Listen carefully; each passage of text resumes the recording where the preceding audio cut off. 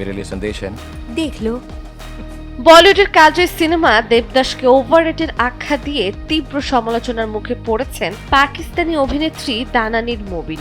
একটি সাক্ষাৎকারে ছবিটির গল্প নিয়ে প্রশ্ন তোলার পর সামাজিক যোগাযোগ মাধ্যমে শুরু হয়েছে ব্যাপক ট্রোল ও বিতর্ক। সম্প্রতি ম্যাশন নামের একটি সংবাদ মাধ্যমকে দেওয়া সাক্ষাৎকারে দানানিরকে এমন একটি ক্লাসিক সিনেমার নাম জানতে চাওয়া হয় যেটি তার কাছে অতিরিক্ত প্রশংসিত মনে হয়। জবাবে তিনি সরাসরি দেবদাসের নাম উল্লেখ করেন। তিনি বলেন, ছবিতে একজন মদ্যপ পুরুষ, আত্মসম্মানহীন নারী ও বিষাক্ত পারিবারিক সম্পর্ককে অযথা মহিমান্বিত করা হয়েছে। তবে সিনেমাটির সেট, পোশাক ও নির্মাণ শৈলীর প্রশংসা করেন এই অভিনেত্রী। তার মতে, ভিজুয়াল দিক থেকে ছবিটি অসাধারণ হলেও গল্পের মূল বার্তা নিয়ে প্রশ্ন থেকেই যায়।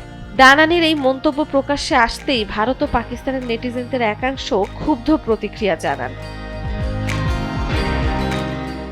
অনেকে দাবি করেন, শরৎচন্দ্র চট্টোপাধ্যায়ের বিখ্যাত উপন্যাস অবলম্বনে নির্মিত এই সিনেমার সাহিত্যিক গুরুত্ব না বুঝেই মন্তব্য করেছেন দানানির।